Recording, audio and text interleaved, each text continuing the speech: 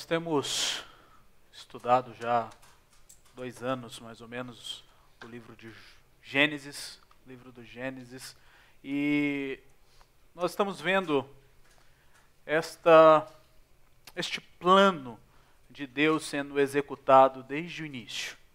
Nós vimos Ele criando todas as coisas, nós vimos o pecado entrando e ganhando espaço, ganhando força, e por meio de Adão, contaminando toda a humanidade. Mas nós vimos também Deus, ao mesmo tempo, desenvolvendo o seu plano redentor. E nós vemos desde o início, Deus traçando um plano para o seu povo, cuidando deste povo, provendo para este povo, guiando este povo. E nós vemos que essa redenção, ela caminha e aponta para Cristo que a consuma na cruz. E agora, depois de Cristo ter consumado a nossa redenção naquela cruz, nós aguardamos a sua volta, onde nós chamamos na teologia de consumação, onde todas as coisas terão o fim. E nós passaremos então a eternidade desfrutando da presença de Deus, da gloriosa e majestosa presença de Deus. E nós caminhamos então desde o capítulo 1 de Gênesis, e hoje nós falaremos e chegamos ao capítulo 31 do livro de Gênesis, falando ainda sobre essa descendência de Isaac. E nós vimos que agora, lá no capítulo 29, inicia-se um período de escravidão. E agora no capítulo 31, esta escravidão chega ao fim. E o servo do Senhor, aquele que Ele prometeu estar com ele durante toda esta caminhada, até o retorno para a sua terra natal, ele então reconhece a providência de Deus durante toda a sua caminhada. Nós vamos ler os 13 primeiros versículos deste capítulo, os demais nós leremos durante a exposição. O texto então nos diz assim: Então ouvia Jacó os comentários dos filhos de Labão, que diziam: Jacó se apossou de tudo que era de nosso pai, e do que era de nosso pai juntou ele toda esta riqueza. Jacó, por sua vez, reparou que o rosto de Labão não era favorável como anteriormente. E disse o Senhor a Jacó: Torna a terra de teus pais e a tua parentela, e eu serei contigo. Então Jacó mandou vir Raquel e Lia ao campo para junto do seu rebanho. E lhes disse: Vejo que o rosto de vosso pai não me é favorável como anteriormente. Porém o Deus de meu pai tem estado comigo. Vós mesmas sabeis que com todo empenho tenho servido a vosso pai. Mas vosso pai me tem enganado e por 10 vezes me mudou o salário. Porém Deus não lhe permitiu que me fizeste mal nenhum. Se ele dizia: os salpicados serão o teu salário, então todos os rebanhos davam salpicados. E se dizia: os listados serão o teu salário, então os rebanhos todos davam listados. Assim Deus tomou o gado de vosso pai e me deu a mim. Pois chegado o tempo em que o rebanho concebia, levantei os olhos e vi em sonhos que os machos que cobriam as ovelhas eram listados, salpicados e malhados. E o anjo de Deus me disse em sonho: Jacó. Eu respondi: Eis-me aqui. Ele continuou: Levanta agora os olhos e vê que todos os machos que cobrem o rebanho são listados, salpicados e malhados. Porque vejo tudo o que Labão te está fazendo. Eu sou o Deus de Betel, onde ungiste uma coluna. onde me fizeste um voto. Levanta-te agora, sai desta terra e volta para a terra de tua parentela. Vamos orar? Senhor, nós estamos diante da tua palavra. Nós te louvamos, falamos contigo, e agora nós clamamos a ti que fale conosco. Que através da exposição da tua palavra, cada servo teu seja incomodado para viver de acordo com a tua vontade. Senhor, alimente o teu povo, sustente o teu povo, e que juntos possamos, por meio da tua palavra, vivermos para a tua glória e caminharmos segundo a tua vontade. Esta é a oração que nós fazemos neste momento, em nome do teu Filho amado Jesus Cristo. Amém. Amém. Meus irmãos, nós temos visto a graça incansável de Deus durante toda a caminhada de Jacó. Nós olhamos lá no capítulo de número 28 e nós vemos ali a graça de Deus cuidando de Jacó durante a sua fuga. Estava fugindo do seu irmão, voltando para a terra de origem da sua mãe, para se esconder lá. E o Senhor ali foi gracioso para com Jacó. No capítulo 29, nós continuamos vendo que o Senhor continuou a sua aliança com Jacó. Ele continuou sendo providente, mesmo quando a providência de Deus não era reconhecida. Ele continuou transformando este enganador e mudando o caráter deste homem. E Deus continuou então trabalhando apesar de Jacó. E nós aprendemos que Deus ele age da mesma maneira que nós, conosco, na verdade. Ele continua sendo um Deus providente. E muitas vezes nós não reconhecemos a providência de Deus. Ele continua sendo gracioso, mas muitas vezes nós não reconhecemos a graça de Deus. E muitas vezes nós agimos como Jacó durante a nossa caminhada. E nós vimos então no finalzinho ali do capítulo 29, no capítulo 30, que por causa desta falta de submissão a Deus, o lar de Jacó foi totalmente bagunçado. As suas esposas tinham a submissão como idolatria. Aquele lar não tinha um líder. Jacó, usando um termo bem moderno, era um banana dentro de sua casa. Mas quando nós olhamos para o final do capítulo de número 30, depois de ter acabado os 14 anos de servidão para pagar as duas esposas, Jacó então faz um novo contrato, um novo acordo com Labão. E ele continua então ali a experimentar a graça de Deus, mesmo sem reconhecer a graça de Deus. Deus providencia para Jacó, como o texto termina no capítulo 30, uma grande riqueza, e ele ficava cada dia mais rico. Mas Jacó ainda achava que era por causa da sua artimanha, que era por causa das suas magias.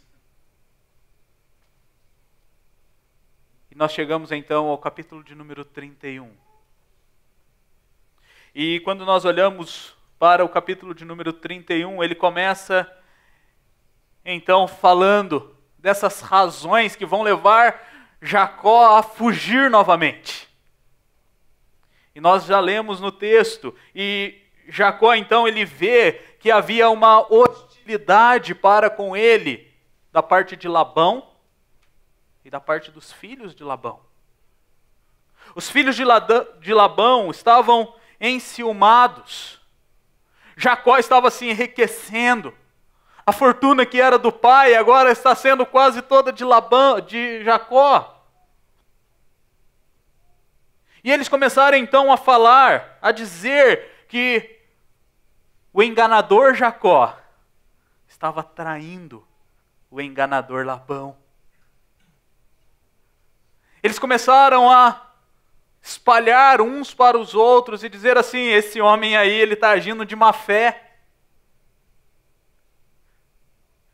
Ele está aqui conosco provavelmente há 14 anos, há 20 anos agora. E ele está levando a riqueza do meu pai. E provavelmente ali devem ter surgido algumas acusações de desvio de verba. Eles estavam olhando para Jacó e dizendo assim: você está roubando, você está desviando para você e você está ficando mais rico do que meu pai. Jacó ele então percebe que o próprio Labão tem atitude hostil para com ele. Lembram-se do capítulo 30, do texto que nós lemos semana passada? Labão ele chega para Jacó e diz assim: olha, a consideração que nós temos aí, que eu tenho para com você, ache eu graça, mercê para contigo. Vamos fazer mais um negocinho aqui, não me abandona não. Este homem agora olha para Jacó com um olhar não muito favorável. Não sabemos se ele estava cedendo ao golpe dos filhos, mas ele olha para Labão e olha para Jacó e provavelmente não tinha mais esse carisma entre eles. Provavelmente ele já não estava mais gostando que Jacó o estivesse servindo. E é interessante que quando nós observamos a atitude de Labão e olhamos a atitude de Deus, nós vemos que elas são atitudes totalmente diferentes. O rosto não era mais favorável a Jacó, o rosto de Labão. Mas Deus continuava cuidando de Labão. Continuava sendo um Deus presente. E é interessante que, diante desta hostilidade toda, uma das razões da fuga de Jacó, ele vai apresentar essa razão de maneira muito clara no verso 42. Ele fala assim: eu tive medo de você roubar as minhas filhas, roubar as minhas esposas, pegar as suas filhas de volta. Eu tive medo de você mais uma vez me boicotar e tomar o rebanho que era meu e tomar para si. Quando nós pensamos depois, nós vamos ver na perseguição que Labão faz. Ele tinha muito mais homens que Jacó, ele tinha um poder militar maior que Jacó. Jacó então fica com medo de continuar ali. Mas então ele se lembra da promessa do Senhor e do que o Senhor disse a ele. E o verso 3 diz assim: torna a terra dos teus pais e a tua parentela, e eu serei contigo. Jacó está prestes a começar uma nova caminhada, uma nova jornada,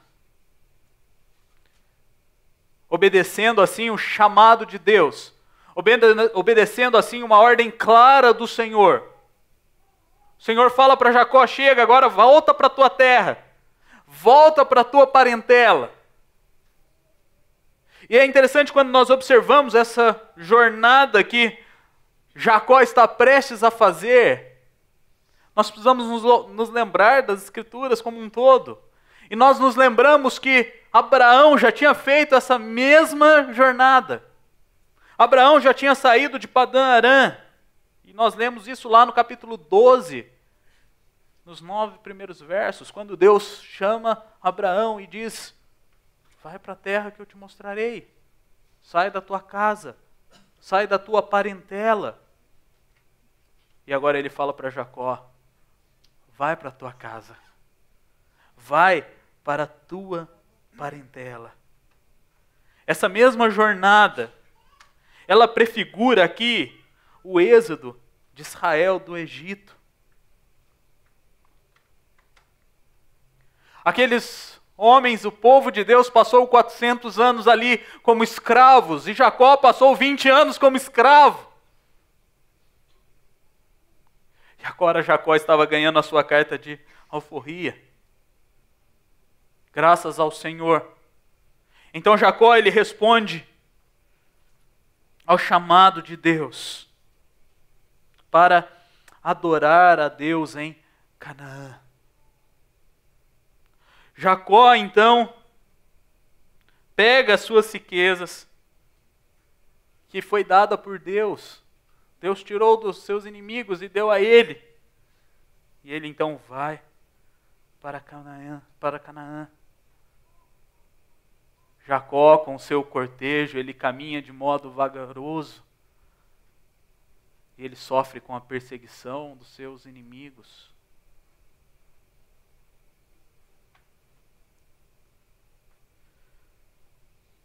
Mas ele foi libertado pela intervenção divina. Se nós fizermos esse paralelo com o Egito, se dá da mesma maneira. O povo é chamado para adorar a Deus, para sair de lá e ir para a terra que Deus havia prometido. Aquele povo pega tudo que eles tinham e saem para o deserto. E toda aquela multidão, eles não andavam depressa. E o que aconteceu com eles? Eles foram perseguidos pelos egípcios.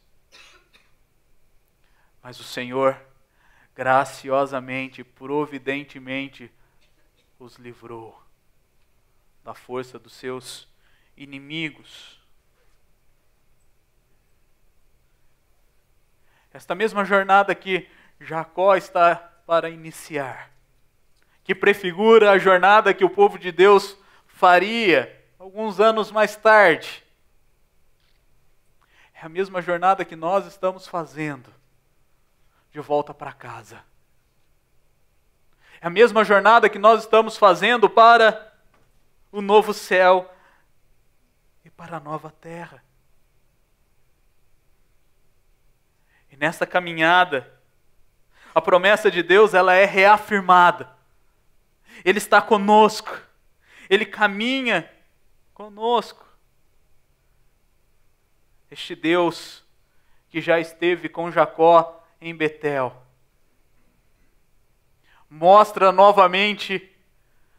se mostra novamente a Jacó e diz assim: eu serei contigo.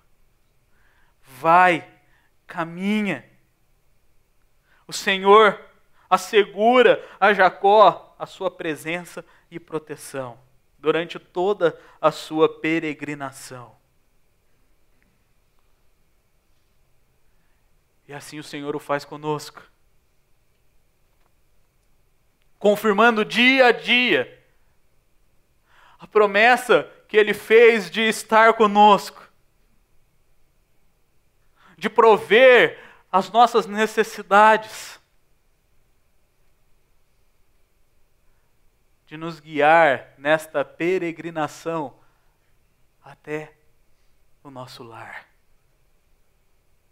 Então essas são as razões pelas quais Jacó é motivado a sair então da sua escravidão e voltar para a sua terra natal. E nós vemos então que começa esse processo de mudança no caráter de Jacó. E aquele mesmo homem que era um banana, anos atrás, ele assume agora a liderança da sua casa. E nós vemos isso quando Jacó então chama Raquel e Lia até o campo. Provavelmente ele as chama até lá para que eles tivessem privacidade, que outras pessoas não ouvissem esta conversa que estava para acontecer. E Jacó então mostra a mudança do seu caráter. Ele obedece ao Senhor, assume as rédeas, mas não se esquece de confiar em Deus. E ele começa então a dizer para suas esposas: olha, nós vamos precisar fugir. Nós precisamos ir embora. O rosto do seu pai não me é mais favorável. Labão não é mais aquele sogro bonzinho que se passou por um grande sogro que cuidou de nós durante esse tempo todo, onde ficamos na casa dele. Não. E é interessante que quando Jacó, então, começa a dizer às suas esposas o porquê eles deveriam sair, ele diz assim: olha, seu pai já não me é favorável, mas o Deus do meu pai tem sido um Deus providente. Olha o que ele diz aqui no verso de número 5. Porém, o Deus de meu pai tem estado comigo. Jacó começa a reconhecer a providência de Deus na vida dele durante esse período de caminhada. E ele diz às suas esposas: seu pai não está comigo. Pelo contrário, o que tem acontecido é que eles já não me querem mais aqui. Vocês são testemunhas do esforço que eu tive. E aqui ele relembra as suas esposas da sua grande força, e ele diz assim: olha, vós mesmos sabeis que com todo empenho tenho servido a vosso pai. Eu tenho colocado toda a minha força.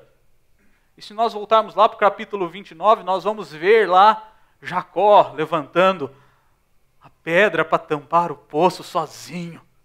Ele era um homem forte. E ele usou toda essa força durante 20 anos para servir a Labão. E ele então chama suas esposas e fala assim: olha, seu pai me enganou por 10 vezes. E aqui ele usa um número simbólico para mostrar que várias e várias vezes ele foi enganado por Labão. E ele diz como Labão o enganou, alterando o seu salário. Então imaginem lá no capítulo de número 30, o salário havia sido estabelecido, o acordo havia sido firmado, e Jacó falou para Labão: então, as que são salpicadas, malhadas e listadas são minhas. Vocês se lembram que que Labão fez? Ele pegou todas as salpicadas, listadas e malhadas do rebanho e colocou a 3 dias de distância de Jacó. E aqui Jacó mais uma vez reconhece que o Senhor continuou sendo providente. Ele diz assim: porém Deus não lhe permitiu que fizesse mal nenhum.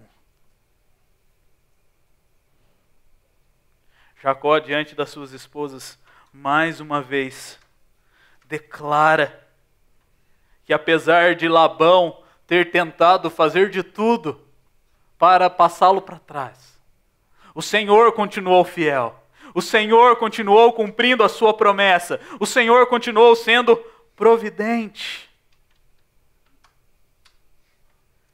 E ele diz então no verso de número 9 que o Senhor então tomou o gado de Labão e deu a Jacó. A ideia é que o Senhor transferiu a propriedade que era de Labão para Jacó de modo legal. Como se o Senhor estivesse então fazendo o que Labão nunca tinha feito durante 20 anos. O Senhor então pagou Jacó pelo seu trabalho.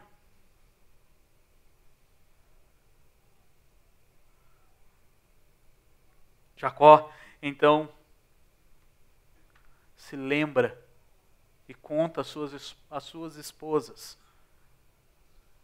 a aparição do Senhor para ele, a revelação do Senhor.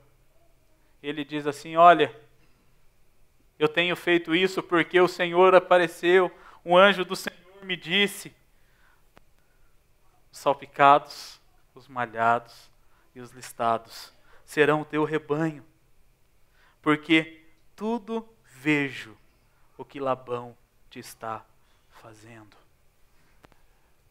Todo o sofrimento de Jacó durante estes 20 anos foi visto por Deus. Deus viu toda esta injustiça, toda esta enganação. E Jacó agora tem esta noção de que Deus cuidou dele. Deus honrou a sua promessa.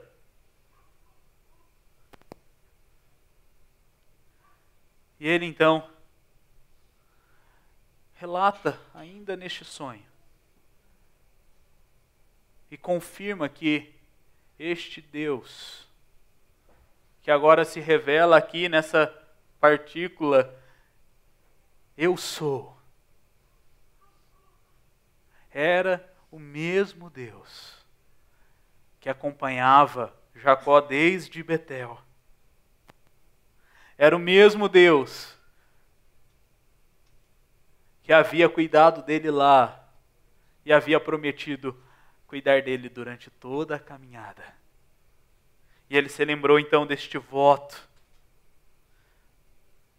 E ele então ouviu a voz do Senhor. E aqui as esposas respondem a Jacó. E é interessante quando nós vemos, depois da declaração de Jacó aqui, seu pai já não está nem aí mais, mas Deus continuou sendo fiel, Deus continuou mantendo a sua promessa. As esposas então respondem, verso de número 14. Há ainda para nós parte ou herança na casa do nosso pai? Não nos considera ele como estrangeiras? Pois vendeu e consumiu tudo o que nos era devido. Porque toda a riqueza que Deus tirou de nosso pai é nossa e de nossos filhos. Agora, pois, faze tudo o que Deus te disse. Elas demonstram então a submissão a Jacó. E uma submissão a Deus. E elas então olham assim: olha, meu pai não está sendo favorável com você. Você acha que ele está sendo favorável conosco? Sabe a parte que nós teríamos lá? Nós não temos mais. Nós não temos mais herança nenhuma. O nosso pai nos trata como estrangeiras. O preço que você pagou por nós, ele consumiu tudo. Ele gastou todo o dinheiro. Sem pensar em nós. Sem se preocupar conosco. E elas então olham e dizem: tudo que Deus tirou dele,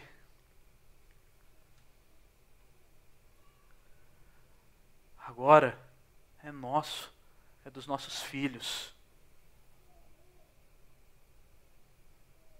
E realmente elas tinham razão. Aquela era a herança delas. O Senhor havia preparado todas essas coisas.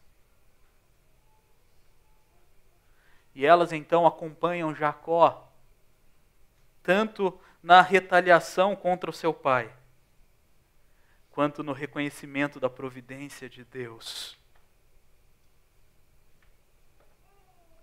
E é interessante que esses dissabores das duas filhas, eles pertencem ao passado, ao presente e ao futuro.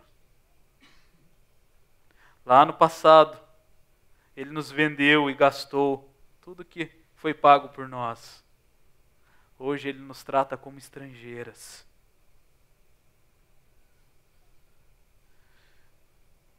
E o nosso futuro não depende mais do nosso pai, mas depende da riqueza que Deus tirou.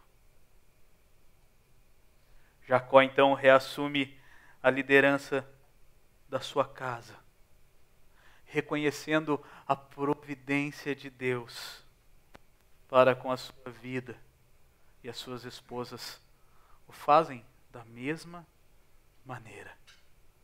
Então o texto continua nos mostrando então esta fuga, como ela se deu. E a partir do verso de número 17, então o texto diz assim: Então se levantou Jacó e, fazendo montar seus filhos e suas mulheres em camelos, levou todo o seu gado e todos os seus bens que chegou a possuir. O gado de sua propriedade se acumulara em Padã Arã, para ir a Isaque seu pai, a terra de Canaã. Tendo ido Labão fazer a tosquia das ovelhas, Raquel furtou os ídolos do lar que pertenciam a seu pai. E Jacó logrou a Labão, o arameu, não lhe dando a saber que fugia. E fugiu com tudo que lhe pertencia. Levantou-se, passou o Eufrates e tomou o rumo da montanha de Gileade. No terceiro dia, então, Labão foi avisado de que Jacó ia fugindo. Tomando, pois, consigo os seus irmãos, saiu-lhe no encalço por 7 dias de jornada, e o alcançou na montanha de Gileade. De noite, porém, veio Deus a Labão, o arameu, em sonhos, e lhe disse: Guarda-te, não fales a Jacó, nem bem, nem mal. Chega então a hora de fugir. As razões já estavam estabelecidas. O marido já havia avisado e comunicado às suas esposas que estavam ali de acordo com ele. Ele então prepara tudo o que é seu. Os seus servos, os seus rebanhos, o seu gado, tudo o que ele possuía. Ele prepara, forma então aquele comboio e parte. É interessante que quando nós olhamos aqui no verso de número 19, Jacó ele usa do momento ideal para fugir. Ele então usa esse momento onde as ovelhas eram tosquiadas. Normalmente esse processo era feito na primavera. E era um processo que demandava muitos homens. E eles precisavam ficar um bom período fora de casa para fazer a tosquia das ovelhas. Então, Jacó aproveita este momento, este tempo ideal para fugir. E é interessante que Labão e seus homens estavam longe, que eles só perceberam a fuga 3 dias depois que ela já tinha acontecido. E o verso de número 20 diz que Jacó logrou a Labão. Aqui a ideia de que Jacó enganou a Labão. Ele fez com que Labão perdesse um raciocínio ou perdesse esta consciência do que estava acontecendo, para que ele pudesse fugir sem que Labão percebesse. E ele conseguiu. Só que neste período, neste processo de arrumar as coisas, de bater em retirada,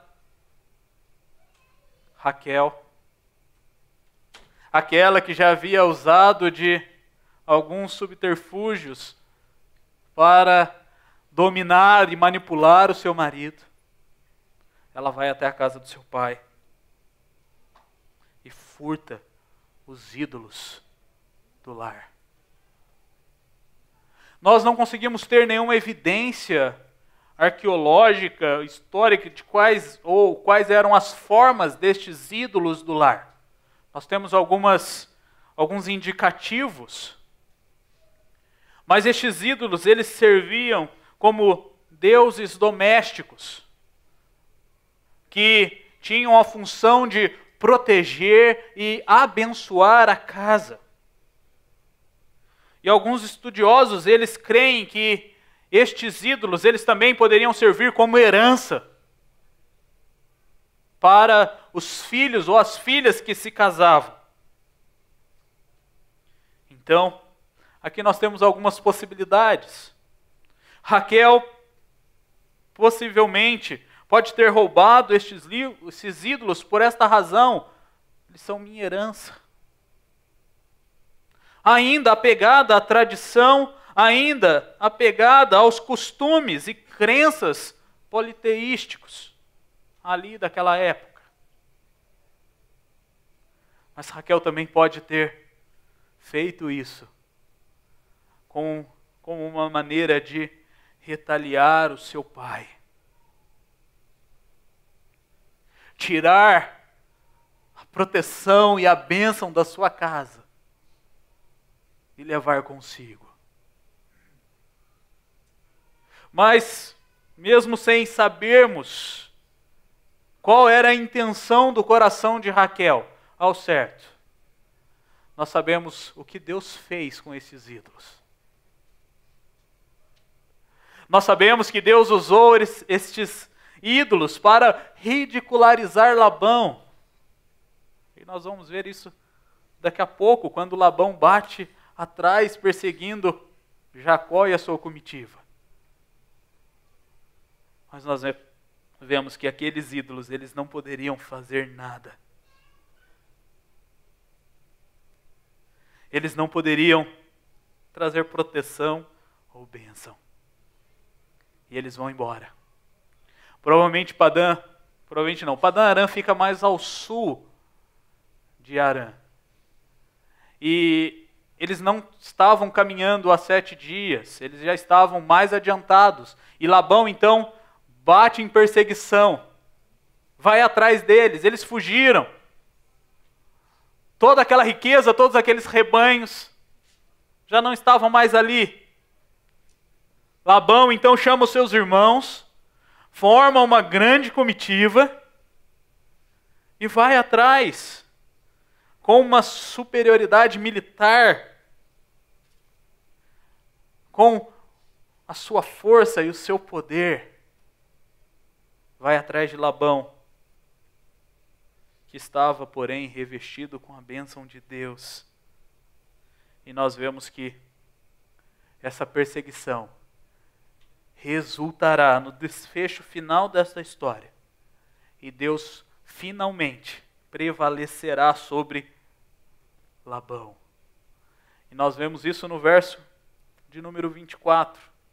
Depois de terem alcançado Jacó e a sua comitiva, eles armam então ali as suas tendas, levantam acampamento. Mas o Senhor diz a Labão: olha, guarda-te, não fales a Jacó, nem bem, nem mal. Deus, ele protege soberanamente Jacó, da mesma maneira que fez com Abraão, da mesma maneira que ele fez com Isaac. E aqui Labão não poderia nem falar, nem agir de maneira que prejudicasse a Jacó. E este Labão, que havia experimentado da bênção de Deus através de Jacó, agora recebe ele mesmo a revelação de Deus, o proibindo de fazer qualquer coisa contra Jacó. E eles então se encontram. E o texto nos diz: alcançou, pois, Labão a Jacó. Este havia armado a sua tenda naquela montanha. Também Labão armou a sua tenda com seus irmãos na montanha de Gileade. E disse Labão a Jacó: que fizestes? Que me lograstes e levaste minhas filhas como cativas pela espada? Porque fugiste ocultamente e me lograste, e nada me fizeste saber, para que eu te despedisse com alegria e com cânticos, e com tamboril e com harpa? E por que não me permitisse beijar os meus filhos e as minhas filhas? Nisso procedeste insensatamente. Há poder em minhas mãos para vos fazer mal, mas o Deus de vosso pai me falou ontem à noite e disse: guarda-te, não fales a Jacó nem bem nem mal. E agora que partiste de vez, por que tens saudades da casa do teu pai? Por que me furtaste os meus deuses? Respondeu-lhe Jacó: porque tive medo, pois calculei, não suceda que me tome a força as suas filhas. Labão alcançou Jacó e ele então faz para os seus ouvintes, para o seu público, uma bela dramatização. Aquele homem que já não tinha mais o rosto favorável para Jacó, olha para Jacó e fala assim: por que você me enganou e fugiu? Por que você não me contou? Se você falasse que queria voltar para a casa dos seus pais, eu tinha feito uma festa. Os filhos de Jacó queriam matar, os filhos de Labão provavelmente já queriam matar Jacó, porque eles estavam desconfiando que ele estava roubando seu pai. Você acha que essa festa seria uma festa boa?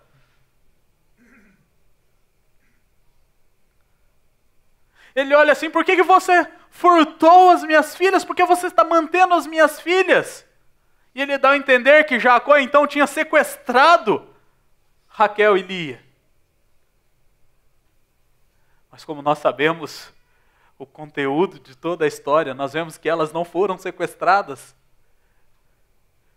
Elas foram embora, fugiram de bom grado.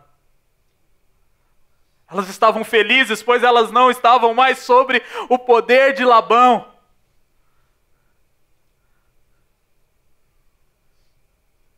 E elas ficaram em silêncio. Não pediram socorro para Labão. Não falaram: é mesmo, papai, que bom que o senhor está aqui. Não. Porque elas concordaram com a fuga. Porque elas sabiam que a boa mão de Deus estava com Jacó. E mais uma vez Jacó estava experimentando isso. Labão, ainda querendo crescer, ele diz assim: olha, eu tenho força e poder para fazer o que eu quiser com você. Mas só não vou fazer porque o Deus do seu pai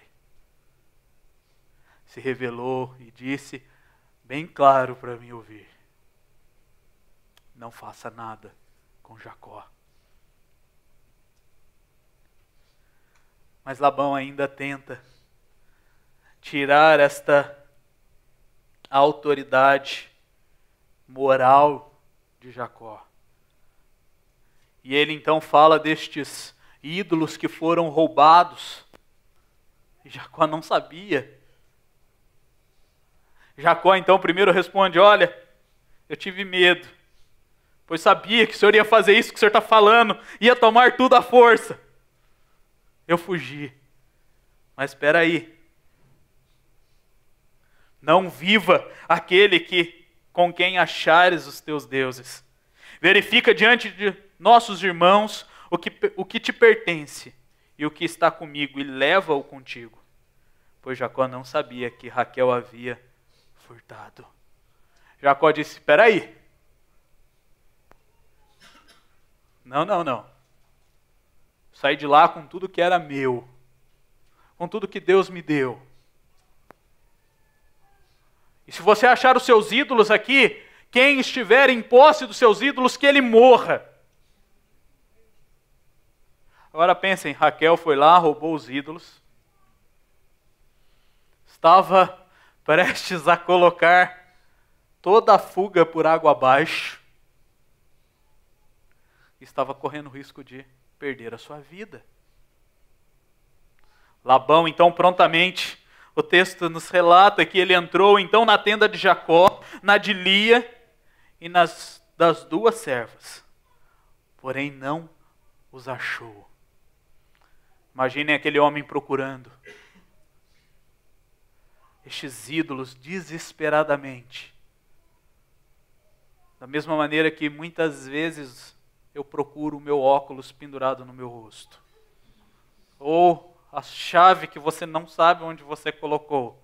E ele começa a palpar todas as coisas. Ele começa, peraí, está aqui, está aqui, não está ali. Não está. Ele chega então na tenda de Raquel.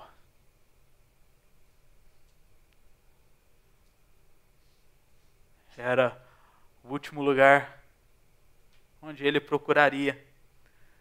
E ele então entra na de Raquel.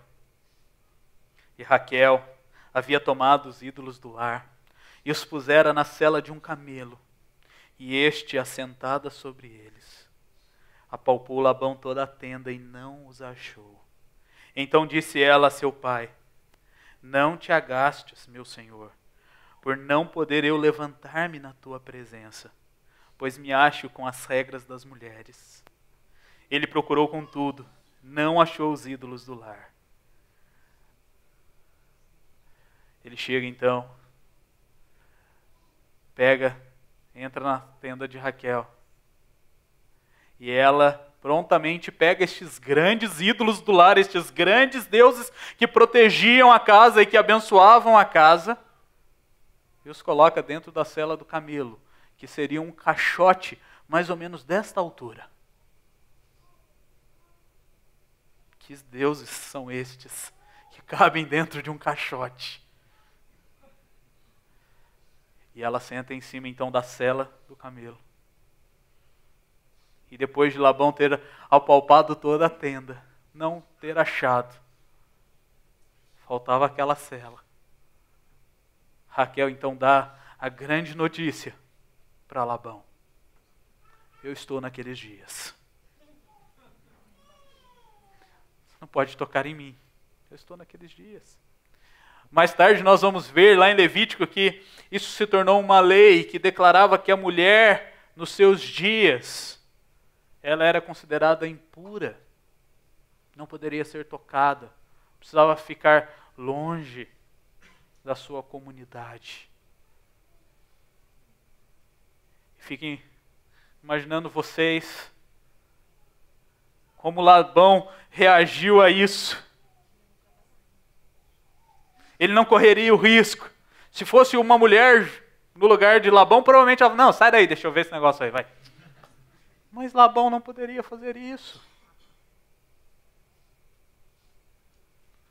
E Raquel ainda, pai, desculpa, não posso levantar.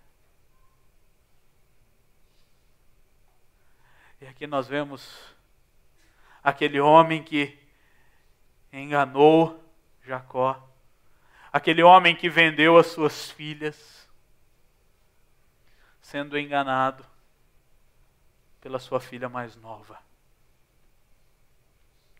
Vocês se lembram do quê? Quando leem esse relato do mais novo enganando seu pai? Jacó havia enganado seu pai, que também foi enganado por meio do tato, apalpou e foi enganado. Jacó então agora tinha todos os argumentos possíveis. Jacó então ele se ira. E ele então confronta Labão e diz: você já procurou tudo? Qual é a minha transgressão? Você sondou todas as tendas aqui do meu acampamento. Qual foi o meu pecado que tem motivado você a me perseguir tão furiosamente? Havendo apalpado todos os meus utensílios, que achaste de todos os utensílios de tua casa? Põe-nos aqui diante de meus irmãos e dos teus irmãos, para que julguem entre mim e ti. Então Jacó desafia Labão e fala assim: ok, tudo que você achou que é teu, coloca aqui na frente dessas testemunhas, que eu vou pagar o preço por eles. O que ele tinha achado? Nada. Então Jacó diz: 20 anos eu estive contigo, as tuas ovelhas e as tuas cabras nunca perderam as crias, e não comi os carneiros do teu rebanho, nem te apresentei o que era despedaçado pelas feras.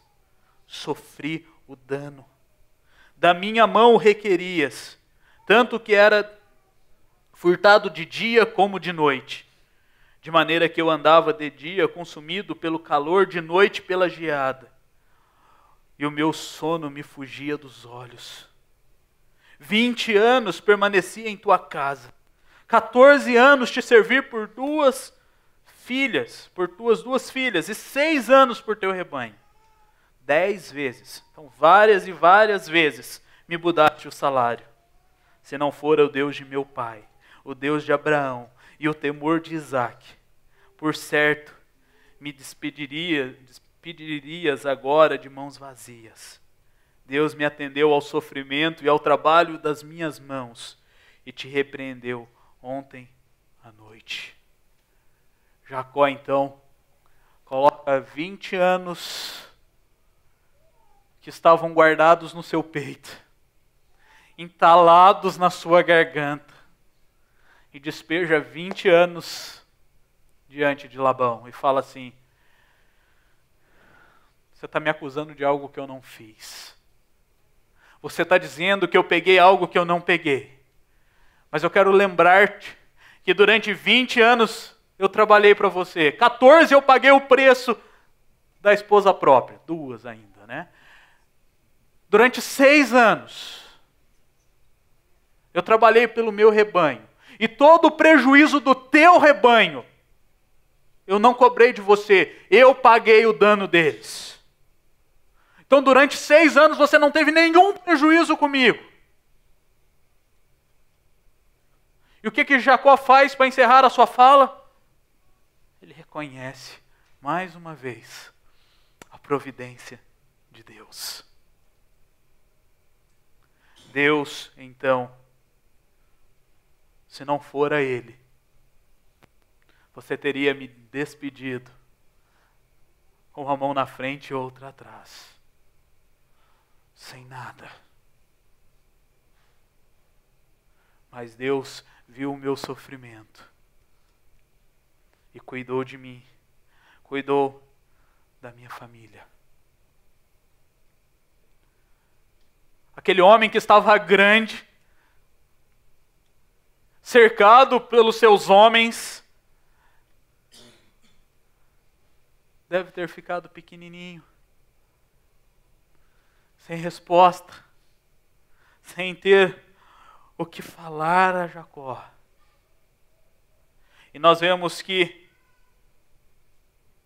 de tão humilhado, e de tão pequeno que ele estava se sentindo diante de Jacó, que ele propõe então uma aliança com Jacó, uma aliança de não agressão, a mesma aliança feita entre Abraão, Isaque e os filisteus.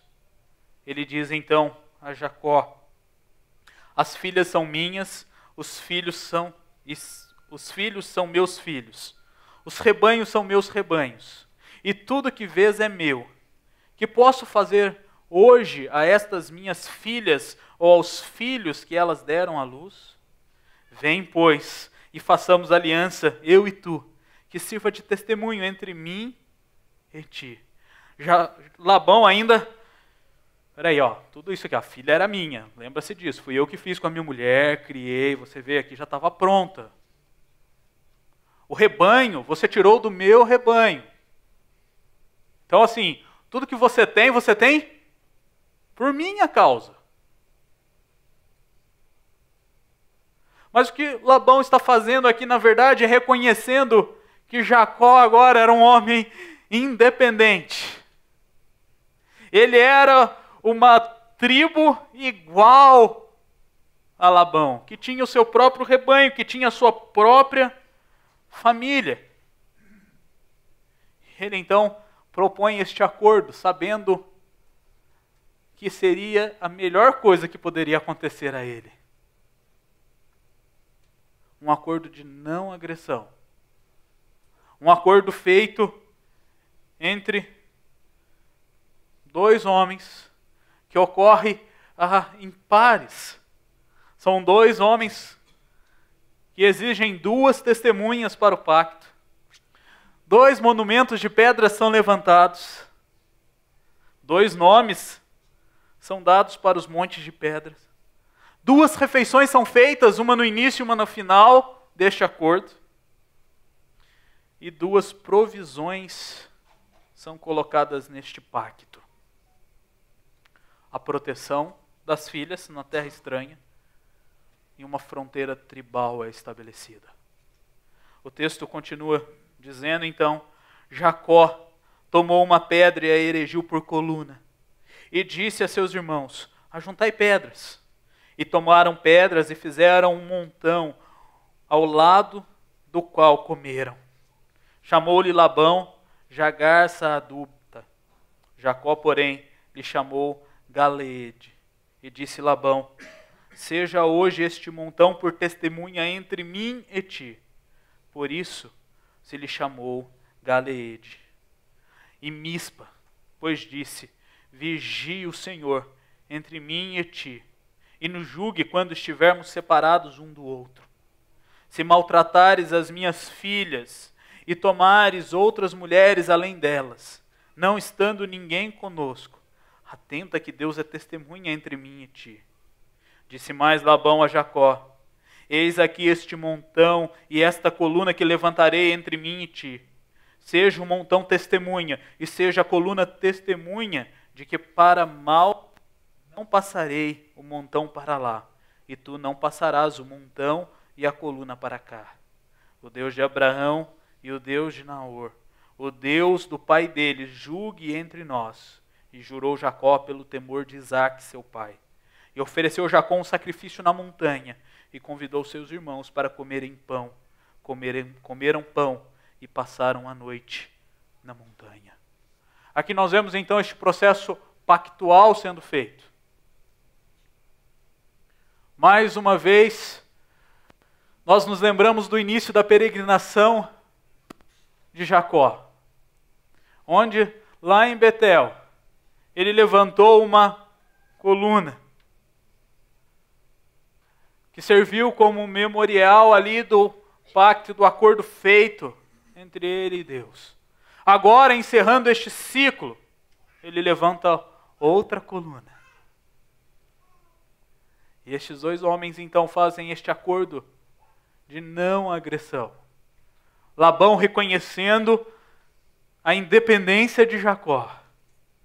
E ironicamente aqui, este homem que é relatado pelas filhas que as considera como estrangeira, ele mostra até uma preocupação, ele fala assim, olha, vocês vão agora passar desse lugar, vocês vão estar em terras estrangeiras para ela, eu quero que você cuide delas. Não tome outra esposa. Não faça nada além disso. E nós vemos então uma ironia, né? Aquele homem que não estava preocupado com a sua família. Estava preocupado apenas com os termos econômicos. Neste acordo, ele diz assim, você agora é o líder deste povo. Você precisa guiar este povo. Então você vai cuidar deles. E eles então colocam aquela coluna como um marco de divisa. E nós veremos mais para frente que ali se torna uma divisa da tribo de Manassés. E nós temos ali muitas brigas entre o povo de Deus e Gileade por causa dessa divisa. Mas, a partir dali, Labão comandava. E de lá para cá, Jacó era o líder. E é interessante que, quando eles vão jurar, então, Labão ele coloca assim, olha, vamos fazer isso na perspectiva do seu Deus e na perspectiva do meu Deus. O meu Deus vai vigiar por mim, eu vou responder a ele, mas você vai responder ao seu Deus. E ele vai nos julgar segundo os nossos atos. E depois então de fazer este acordo, este pacto, Jacó oferece um sacrifício. chama todos os seus parentes, toda a sua parentela ali, todos aqueles homens que estavam acampados, o seu povo, Labão e a sua comitiva, para comerem pão, como um bom anfitrião. Jacó agora recepciona Labão como sendo o chefe da sua casa, o chefe da sua tribo. E nós vemos que eles passaram então a noite ali celebrando.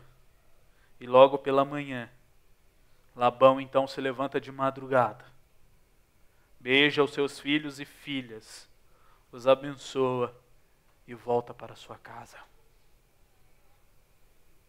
Com seus planos totalmente frustrados, sem os seus ídolos do lar.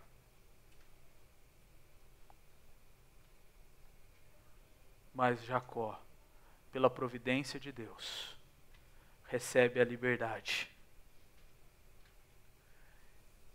e ruma de volta para sua casa. Nós precisamos então, meus irmãos, nos lembrar que Deus é quem conduz cada um de nós, cada vida aqui. E Ele opera com as nossas forças e as nossas fraquezas. Durante todo este período de peregrinação de Jacó, desde a saída da sua terra natal até o retorno, Deus cuidou da vida dele.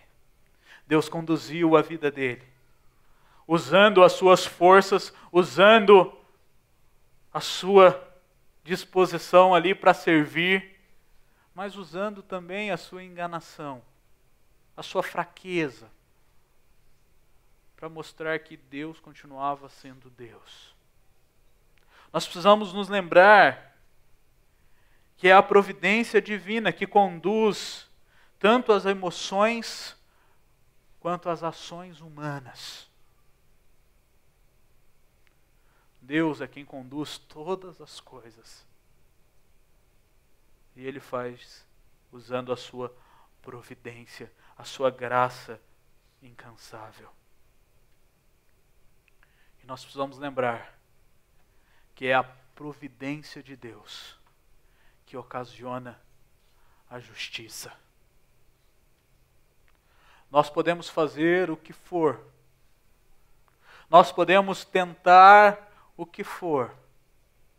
Mas apenas Deus, no seu tempo, na sua devida e divina sabedoria, providentemente, levantará e exercerá a sua justiça. Isso em todas as áreas da nossa vida. Isso em todas as áreas da vida do nosso país. A providência de Deus que tem conduzido todas as coisas. E nós precisamos reconhecer essa providência. E nós precisamos então depender dessa providência. Porque o Deus que nós servimos é o Deus fiel. Fiel não a nós, não às nossas fraquezas, mas fiel a Ele mesmo, fiel às suas promessas.